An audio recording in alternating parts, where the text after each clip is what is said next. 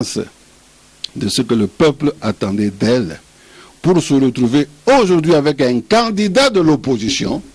Jusque-là, je n'ai vu ni Mbemba, ni Fayoulou, ni Katumbi aller saluer Félix à la présidence. Eh bien, il y a certains qui disent, mais pourquoi c'est Félix qui pouvait les inviter? Écoutez, dans ces choses, Félix est à l'honneur aujourd'hui. À tout seigneur, tout honneur. Donc, je m'interroge, et c'est là où je suis vraiment déçu de comprendre que notre opposition semble être sous l'emprise des forces extérieures aux multinationales qui lui dictent un agenda caché. Parce qu'il faut le dire, Wenge, je ne crois pas que Félix Tshisekedi, comme cela pouvait être de son père, était le candidat souhaité des multinationaux. Là, il faut faire la parenthèse et dire, les multinationaux, ce ne sont pas les amis des Congolais. Parce que derrière l'incursion, l'invasion, l'infiltration des Rwandais au Congo, se trouvent les multi. Aujourd'hui, nous avons l'entreprise de Moïse Katumbi, MCK. Moïse Katumbi a gagné le procès, ce qui n'était pas possible sous Kabila. Moïse Katumbi avec Salomon, Salomon qui est escadé là, tous ont eu la chance de retourner au pays grâce à Félix Tshisekedi. Mais je n'ai pas entendu des déclarations venant de la bouche de Moïse Katumbi pour reconnaître cette bonne volonté de... C'est là où je trouve que notre politique est vraiment décevante. C'est-à-dire, à cause des influences ou des forces ou des contrats que les politiciens ont signés avec ces forces extérieures, ils sont empêchés de faire ce qui est vraiment vital. Merci beaucoup, chers amis fidèles téléspectateurs de la 3xw.congofrance.com. Merci pour votre fidélité, vous êtes nombreux partout en train de nous suivre dans cette émission. Toso la Pona Congo, présenté par le vôtre Yannick Wenge, Moto Atonda, na Katina Kibonzambe, Bozaki Bili, Matadi Kinshasa, Lubumbashi, na Paris, France, Belgique, Botala Rabiso, Kimia ya Kolo Ingela Mabota, Mabino za Mwana Mzambe, Mwana Tona Kibonzambe. Yannick Wenge, mesdames, demoiselles et messieurs, à travers cette émission, je vais recevoir pour vous le président Bruno Kantoupa, président du MCP, donc Mouvement Congo Paradis. Avec lui, on va parler sur l'actualité qui se passe à Kinshasa, précisément au Congo, mesdames, demoiselles et messieurs. Merci beaucoup à l'association Tukanga et Tubidi. Maman Adèle Yombo, maman Ondima Kouvara Bana Boakama, maman Ozusunga, Bana Bitike, Bandundu, Trizomi, Bano Baboakama, maman Adèle Yombo, Zovanda, Andi Makuliana Bango, mesdames, demoiselles et messieurs. En tout cas, merci beaucoup na professeur Jabedel na Boston, ou à sali téléphone na yé kitoko Congolais, sali fierté à ba Congolais na Boston, na professeur Jabedel. Merci beaucoup. Bazo soutenir maman Adèle Fondation Tukanga et Tubidi à maman Adèle. Merci Namuto Modi Kembe. Donc na soutien aux autres au lingo apporté pour na maman Adèle. Merci beaucoup encore na maman Denis Nyageru, mtakusunga Yowana, maman Adèle, la fondation na yi azuluka sunga alongola pe moi eloko mo pona bano bazaya kubwa kama ba Moïse Katumbi Chapu beaucoup ko sunga maman wana. En tout cas ekosala bien. Merci parce que vous avez toujours rebellé kotala émission la biso partout dans le monde entier. Merci beaucoup à président Ndala ensemble pour une nouvelle république. Mesdames, demoiselles et messieurs, Napesio Mbote, mon président.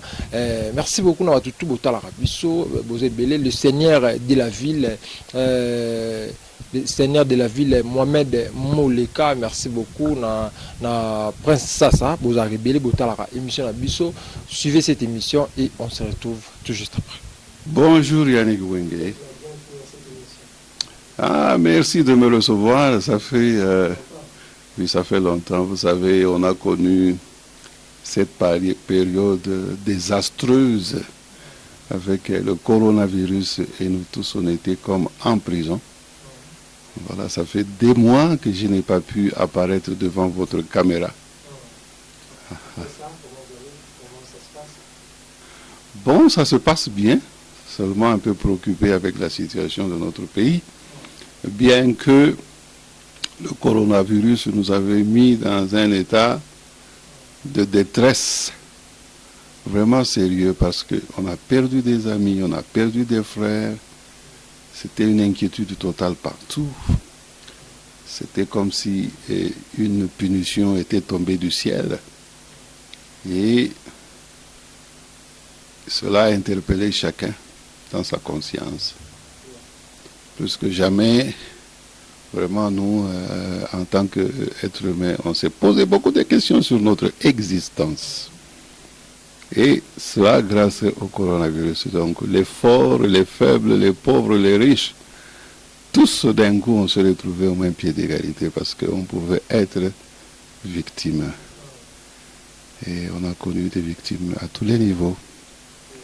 Voilà. Ok, merci beaucoup. Par rapport à tous ces événements faits auparavant, avant que les enfants soient au pouvoir, vous savez que la marche en pays, quelques mouvements Congo paradis, qu'est-ce que vous voyez? Ça va, le Congo, ça va ou je m'en rends de quelqu'un? Oh, Yannick Wenge. Vous savez, nous en Afrique du Sud, on avait été très actifs pour qu'il y ait ce changement politique chez nous et surtout le départ de Kabila. S'il faut parler dans ces termes-là, je dois dire que c'était avec grande satisfaction que nous avons célébré l'entrée ou la prise de pouvoir de Félix Tshisekedi. C'était vraiment notre grande satisfaction. Moi, j'ai été au Congo 2 fois. Le jour de son inauguration, j'étais à Kinshasa et j'ai été retourné quelques mois après, ou 1 mois ou 2 mois après. Bon, voilà, maintenant je suis encore en Afrique du Sud où j'entends mener la lutte différemment pour appuyer, non pas combattre le pouvoir pour lequel nous étions battus. Donc nous étions battus pour ce changement. Bien sûr, les difficultés ne manquent pas et je crois qu'avec vous dans cette émission, on va parcourir les différents aspects des difficultés, des problèmes qui se sont, n'est-ce pas, révélés au cours des presque 2 années de pouvoir de Félix avec son allié Kabila d'une part et d'autre part avec ses anciens collègues de l'opposition qui sont les gens de la Mouka. Bon, beaucoup de choses se sont passées, nous allons parcourir tout ça avec vous. Mais en général, je dois dire que, bon, écoutez, c'est avec une grande satisfaction que j'observe que, contrairement à l'inquiétude, à la peur que nous avions avant, Fachi, le président Félix Tshisekedi a tenu bon parce que, si je peux partager avec vous ces confidences, bien que nous avons eu cette... nous avons tous observé, d'un côté les gens ont salué le rapprochement Kabila et Tshisekedi, bon, c'est le cas avec nous en Afrique du Sud parce qu'ayant vécu l'expérience sud-africaine, où vous avez vu l'opposition ou l'ANC, le premier gouvernement, c'était un gouvernement de coalition où il y avait pratiquement un partenariat entre le gouvernement de l'apartheid, entre le président de l'apartheid qui était de Klerk et Mandela, qui avaient travaillé ensemble pour que ce pays puisse sortir de l'ancien système de discrimination et d'oppression qui était l'apartheid. Donc il y avait eu une collaboration vraiment louée par le monde entier entre de Klerk et Nelson Mandela. Bon, alors c'était un peu presque la même chose chez nous. On avait vraiment des raisons pour donc louer la collaboration entre Kabila et Félix Tshisekedi. bien que contrairement à l'Afrique du Sud, où il y a eu trop peu de danger contre Mandela, je peux dire que pour les observateurs et analystes avertis, on s'attendait à ce que, il y ait plus de problèmes au Congo qu'il n'y en a eu, par exemple, en Afrique du Sud. Pourquoi? Parce que, écoutez, selon ma propre compréhension, Kabila, après avoir empêché l'opposition à présenter un front très fort avec des personnes comme Mbemba Katumbi, c'était à dessein. Et après avoir aussi bénéficié ou tiré profit de la disparition subite, une disparition qui n'est pas aussi innocente, c'est-à-dire la disparition de Étienne Tshisekedi. Alors, d'un côté, vous voyez l'UDPS qui traversait une période de crise de succession, parce que d'une part, il y avait la crise de succession à l'UDPS, ce qui présentait Félix Tshisekedi comme un candidat faible. Alors Kabila, il avait misé sur la disqualification de Mbemba et de Moïse Katumbi pour avoir devant lui quelqu'un qui gagnerait mais qui serait faible devant lui. Et effectivement, Félix Tshisekedi a gagné aux élections, mais dans l'entendement de Kabila, c'était le moindre mal parce qu'il avait déjà fait ce qu'il fallait pour sécuriser d'avoir en face de lui quelqu'un qu'il peut anéantir facilement. Voilà. Alors, c'est pourquoi j'ai dit que je n'ai pas cru aussi de notre part dans la sincérité de Kabila, ayant joué ce jeu-là pour bloquer Moïse Katumbi et pour avoir mis fin aux ambitions de Mbemba en ayant été complice dans l'arrestation de Mbemba. Donc voilà, je ne pouvais pas m'attendre à un exercice de pouvoir Tshisekedi, Félix Tshisekedi, un exercice de pouvoir libre et même une réalisation facile de son programme économique ou politique, parce que Kabila, malheureusement, bien qu'on lui avait donné le bénéfice du doute, mais il est sorti pour montrer au grand jour à tous les Congolais, d'ailleurs personne ne peut douter aujourd'hui que Kabila cachait des mauvaises intentions. Et nous avons vu successivement les tentatives de Tambwe Mwamba avec l'histoire de l'état d'urgence avec le coronavirus. Oh, mais la tentative d'accuser le président de violation de la Constitution. Et cela n'a pas cessé. Les Tambwe Mwamba avec leur coup avec Janine Mabunda.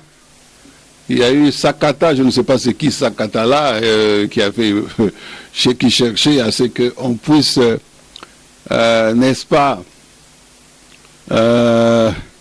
interpeller. Je ne sais pas, l'histoire de Sakata encore, c'était quoi? C'était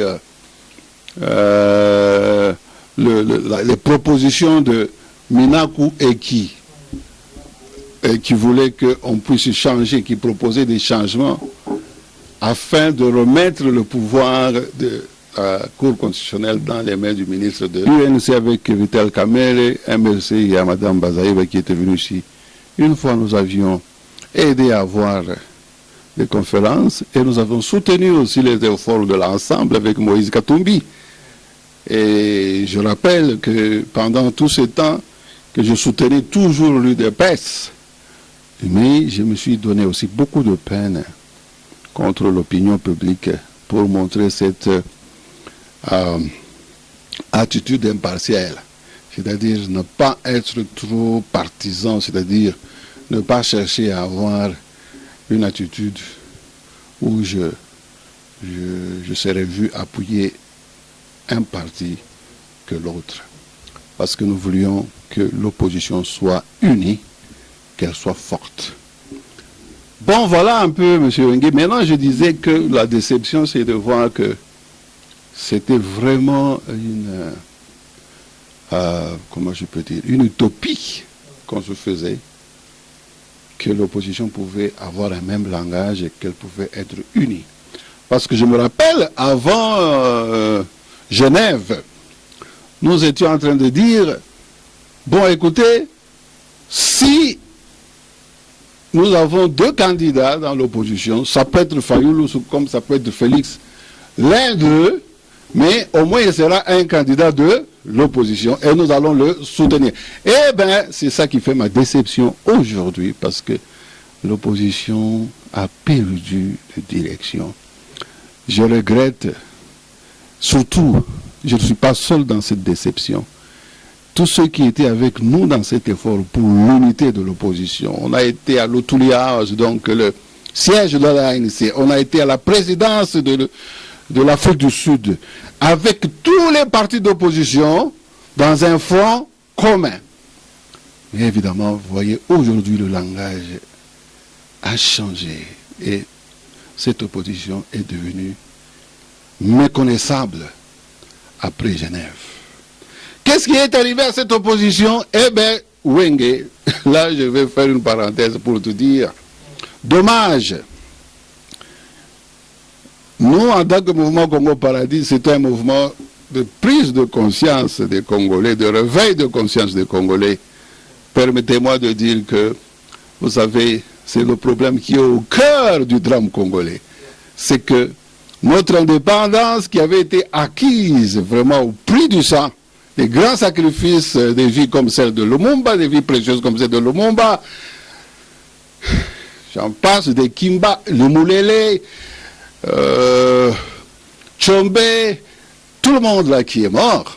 Écoutez, je me rends compte que notre pays était devant encore l'histoire, parce que notre indépendance était en train d'être remise en question. Évidemment, elle a été remise en question quand l'AFDL est entrée. Elle a été remise en question quand il y a eu la formule 1+4. Et je crois encore, c'est cette intention de remettre notre indépendance en question qui a motivé les décisions politiques et la débandade de l'opposition à Genève.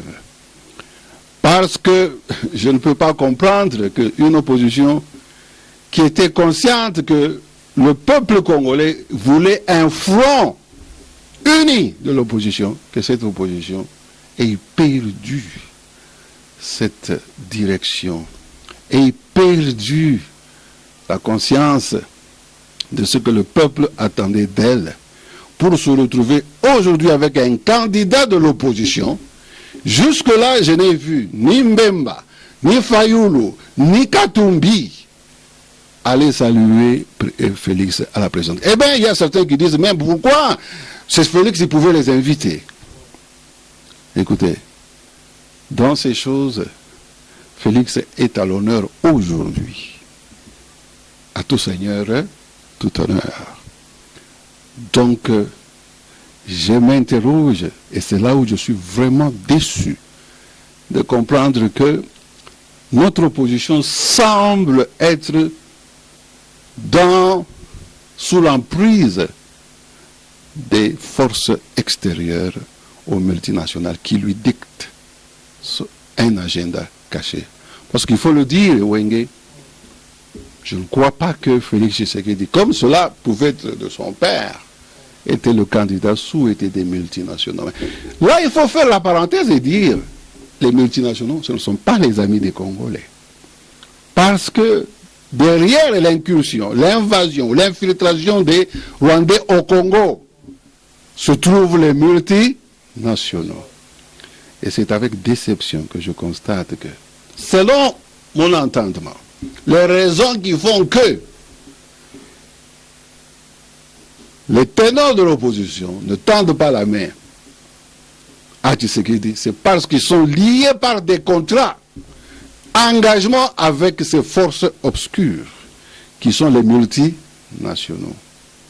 Et d'ailleurs, par là, j'aimerais attirer l'attention à nos frères et amis pour dire, vous savez, je peux donner un témoignage personnel, parce que j'ai compris que alors que on était en train de recevoir les ténors de l'opposition en Afrique du Sud et que Félix Tshisekedi, qui conduisait le parti le plus important, considéré en tant que tel le parti le plus important de l'opposition, eh bien, il y avait déjà des manœuvres avant Genève pour écarter Félix Tshisekedi. Et c'est comme ça que Fayoulou avait été recruté juste pour contrecarrer Félix Tshisekedi. Eh bien, il faudrait que le peuple congolais sache et connaisse les raisons véritables du choix de Fayoulou. Et d'ailleurs, je me posais la question de la raison d'être de la conférence de Genève. S'il était entendu, d'ailleurs en Afrique du Sud c'était entendu comme ça, que ça serait le leader qui représente le parti politique le plus important qui devait être candidat. Mais pourquoi est-ce qu'on devait aller faire le choix? Pourquoi est-ce qu'on devait même aller faire des votes? Dès lors que c'était établi que c'est l'UDPS qui était le parti le plus important. Parce qu'à ce moment-là, avec des députés au Parlement qui étaient au nombre de 45 et les autres n'en avaient pas. Vous voyez, c'est parce qu'il y avait des forces qui, dans leur intention réelle, ils voulaient écarter Félix Tshisekedi de la course. Et malheureusement, je crois que ce sont ces intentions là-bas cachées qui font qu'aujourd'hui, même la chance d'avoir une opposition telle qu'elle était avant, de faire un front commun et de continuer à peser pour que Kabila ne puisse pas mettre encore en danger ses acquis, eh bien, cette opposition perd la direction à ma grande déception. Voilà Yannick Wenge. Moïse Katumbi est retourné à Kinshasa grâce à Félix Tshisekedi qui lui a facilité. Non seulement à lui, il a libéré beaucoup de prisonniers comme Franck Diongo, Joby Dongala, Mouyambo. Au moins, j'ai entendu plusieurs fois Mouyambo remercier le président Félix Tshisekedi. Mais écoutez, aujourd'hui, nous avons l'entreprise de Moïse Katumbi, MCK. Moïse Katumbi a gagné le procès, ce qui n'était pas possible sous Kabila. Moïse Katumbi avec Salomon, Salomon qui est escadé là, tous ont eu la chance de retourner au pays grâce à Félix Tshisekedi. Mais je n'ai pas entendu des déclarations venant de la bouche de Moïse Katumbi pour reconnaître cette bonne volonté de... C'est là où je trouve que notre politique est vraiment décevante. C'est-à-dire, à cause des influences ou des forces ou des contrats que les politiciens ont signés avec ces forces extérieures, ils sont empêchés de faire ce qui est vraiment vital pour garantir, n'est-ce pas, le progrès, la libération, parce que aujourd'hui le peuple congolais sait que les intentions de Joseph Kabila n'ont pas été honnêtes et n'ont jamais été honnêtes. Ça, c'est ma pure conviction. Voilà Yannick Wenge, un peu en résumé, une description. Je ne sais pas si vous avez une question à me poser. Oui. Au tribalisme. Bon, écoute, Yannick Wenge, encore, je peux vous le dire, c'est ça une de mes grandes déceptions encore, c'est de trouver que dans cette crise où tout le monde parle du tribalisme, il y a eu ces enfants qu'on a tués au Bas-Congo, il y a eu les Bakatakatanga à Lubumbashi, il y a eu ces attaques contre les Kassaïens avec Félix Kabange qui faisait des déclarations en disant que, écoutez, les Kassaïens, vous n'êtes pas chez vous. Quel scandale! Après 60 ans d'indépendance, nous les Congolais, nous avons vécu dans cette liberté de se sentir chez soi n'importe où. Donc, quelqu'un qui vient des rangs de FCC, le parti cher à Kabila, en train de faire ces déclarations, et personne de l'opposition n'a condamné ouvertement cela. Que ce soit Bemba, Moïse Katumbi ou Fayoulou. Silence total, c'est-à-dire que, vous savez, qui dit nous qu'on sent. Donc on a l'impression que dans ce jeu-là, il y a une complicité de l'opposition. C'est vraiment une grande déception pour moi et pour nous qui avions milité pour l'unité de l'opposition et qui avons milité pour qu'il n'y ait pas ces discriminations et qui n'avions pas considéré les barrières tribales ou régionales. C'est ainsi que moi personnellement, on a pu me retrouver derrière le président Kamere, on m'a vu derrière Katumbi. J'ai soutenu MLC, j'étais dans les facilités des réunions comme celle de Bazaïba ici en Afrique du Sud, et j'ai toujours été attaché à l'UDPS. Bon, nous sommes déçus que cet esprit-là de dépassement non partisan ait été trahi par des gens qui ont, par les forces politiques, en qui nous avions vraiment cru et auxquels nous avions donné tous nos services pour aider la cause nationale. Vraiment, c'est une grande déception.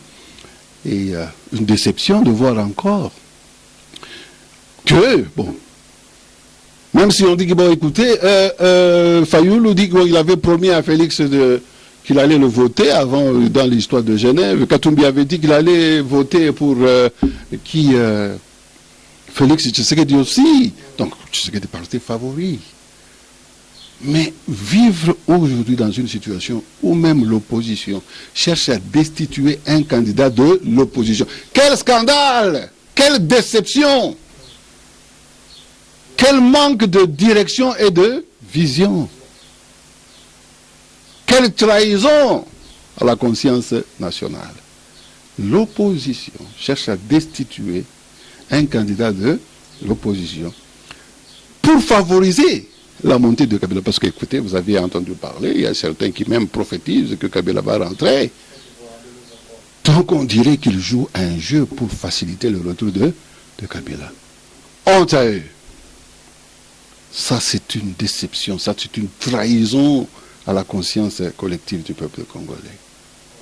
Et vous voyez des gens comme Théodore Ngoï et qui encore, et Fayoulou faire chemin ensemble. Quelqu'un qui représente FCC et l'opposition qui fait un chemin ensemble et qui parle le même langage. Quelle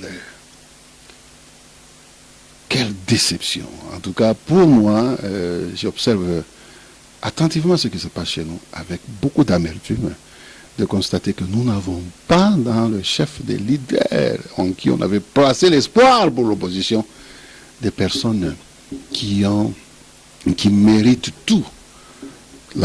Toute la confiance du peuple congolais, parce que j'ai l'impression qu'il n'y a pas une vision vraiment forte, il n'y a pas d'homme d'État et d'homme politique conséquent pour pouvoir, n'est-ce pas, faire face aux nombreuses difficultés et aux challenges auxquels le peuple congolais fait face. Vraiment, il y a une crise de caractère dans les hommes politiques et de personnalité dans les hommes politiques congolais. Il y a une crise parce que ce sont des gens qui ne sont pas constants et consistants. Vraiment, c'est regrettable. Mais il n'est pas encore trop tard. Je conseillerais que l'opportunité, par exemple, que l'opposition puisse se retrouver autour de Félix Tshisekedi est là. Par exemple, le fait que Moïse Katumbi a bénéficié, n'est-ce pas, de la présence de Félix Tshisekedi au pouvoir, pour avoir sa compagnie rentrée et pour être même libre, en train de circuler partout au Congo et de faire sa campagne, ses activités politiques. Ne fût-ce que cela, cette bonne volonté aurait vraiment aidé à la conscience collective du peuple congolais. Vraiment, je ne suis pas content et je dénonce l'inconsistance de l'opposition congolaise qui nous a déçus, surtout nous de la diaspora et surtout la diaspora sud-africaine qui avons été derrière la coalition de l'opposition. Ce n'est pas par hasard que les opposants se sont retrouvés ici en Afrique du Sud. Nous avons proposé cela et nous les avons soutenus. Moi, j'étais dans toutes ces démarches pour l'organisation et la mobilisation de la coalition de l'opposition. J'étais un acteur, si pas principal, mais un acteur aussi important. Quelle grande déception. Mais je dis qu'il n'est pas encore trop tard. J'interpelle ainsi la formule 1+4. Et aujourd'hui, j'ai l'impression que les opposants congolais, ils jouent comme en complice avec ces forces qui ont cherché à mettre en échec l'indépendance du peuple congolais. Parce que ce n'est pas par hasard et pour rien que ces grandes décisions politiques doivent être encore tenues en dehors des frontières congolaises, en Afrique du Sud, à Genève, en Belgique. Il n'y a pas de pays en Afrique qui ont pu, après leur accession à l'indépendance, à prendre de grandes décisions qui affectent l'avenir de leur pays, en dehors de leur pays, dans des pays étrangers, et sous l'influence, et, n'est-ce pas, l'œil des forces extérieures. C'est regrettable, mais j'ai dit, c'est une interpellation, cette intervention que je fais, il n'est pas encore trop tard. Nous sommes un peuple indépendant, et nous devons vraiment défendre ces acquis de notre indépendance. Nous avons un président qui n'est pas celui qui a été choisi par les forces multinationales. Ce qui est une chance pour nous de réclamer cette indépendance. Vous voyez? Donc voilà un peu l'enjeu. L'enjeu, c'est qu'avec Félix, nous avons encore la chance de sauver les acquis de notre indépendance. Je ne sais pas encore quelles seraient vos préoccupations pour que je puisse répondre à vos questions.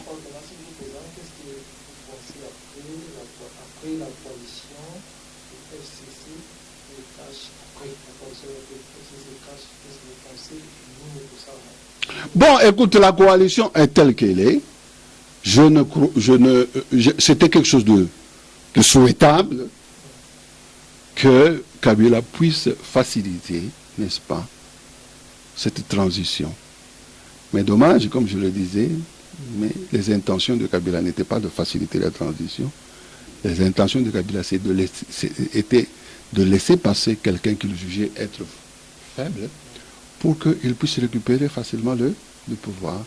Et les événements qui se sont succédés ces derniers mois, toutes ces tentatives d'accusation que le président aurait violé la Constitution ne sont destinées qu'à pouvoir préparer le chemin du retour au pouvoir de Kabila. Mais malheureusement, le président Félix Tshisekedi s'est mis dans une position aussi forte que cela ne lui sera pas aussi facile. Vraiment, je dois féliciter le président Tshisekedi pour avoir démontré un courage hors de commun et pour avoir vraiment, n'est-ce pas, démenti toutes ces rumeurs, toutes ces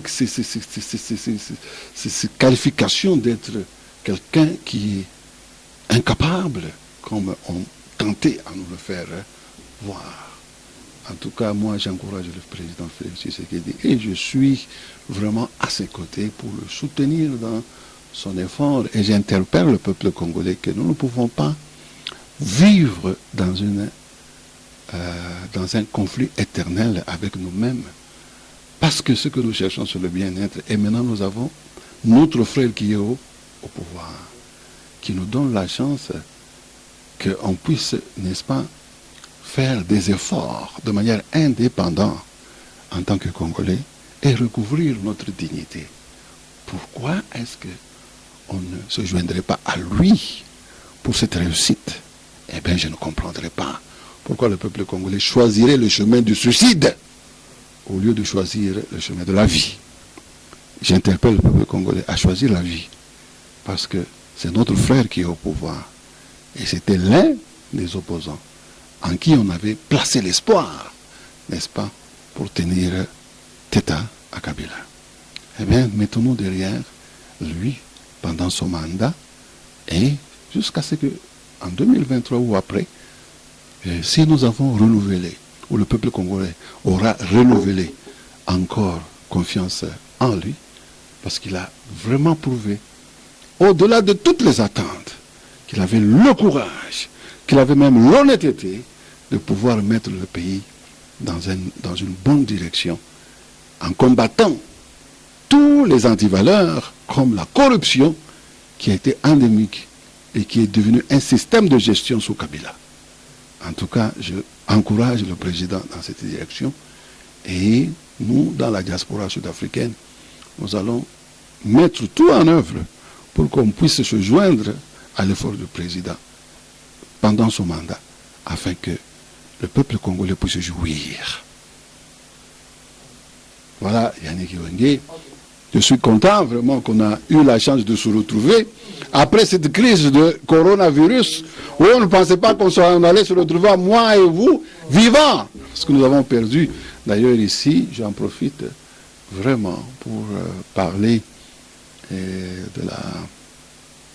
de notre frère qu'on avait perdu, un être qui était très cher, c'est Kimwana, le docteur Kimwana, qui est parti si vite et de manière brusque, qui a laissé un vide dans la fédération UDPS Afrique du Sud. C'est quelqu'un qui était proche de moi et j'avais vraiment eu un choc terrible après sa disparition subite.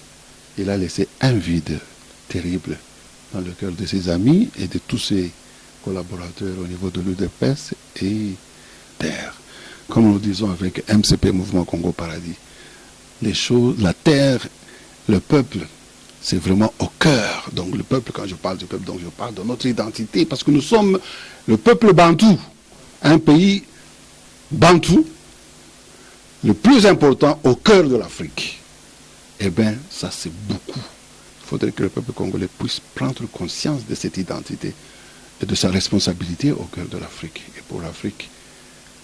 Voilà, l'unité, c'est vraiment cher à nous en tant que MCP et nous n'avons pas vraiment à nous compromettre dans la division inutile qui ne peut que favoriser nos ennemis. Comme cela est dit dans Marc 3, dans la Bible, divisé, nous n'allons pas exister. Si un royaume, une maison est divisée contre elle-même, cette maison ne subsistera pas. Donc, au-delà de nos appartenances politiques, de nos appartenances tribales, nous devons être ensemble et nous devons savoir que ce qui nous met ensemble, c'est notre identité commune. Nous sommes le peuple bantou au cœur de l'Afrique. Que vous soyez Mukongo, vous soyez Muluba, vous soyez Muluba du Katanga, mais bien nous sommes un parce que nous sommes le peuple bantou. Et Dieu nous a donné, nous nous retrouvons en tant que Congolais. Donc il est grand temps de se réveiller et de savoir qu'il n'y a pas de prix pour l'unité. Toutes les grandes nations au monde, la France, la Chine, les États-Unis, n'ont eu le Japon, l'Inde, l'URSS, l'Allemagne n'ont eu leur salut que dans l'unité. L'unité, vraiment, c'est une loi divine. Merci beaucoup, mesdames, mesdemoiselles et messieurs. Nous sommes de retour sur ce plateau. J'espère que cet élément a fait plaisir à tout le monde. Merci beaucoup à l'association Tukanga et Tubidi Yamama Adèle Yombo les professeurs Jean Bedel na Boston Oyo Andimi à ça la téléphone pour na couper sa fierté na Congolais. Merci beaucoup na vous avez bien les émissions à Bissau. D'ici là, portez-vous bien avec l'espoir de vous retrouver au prochain numéro.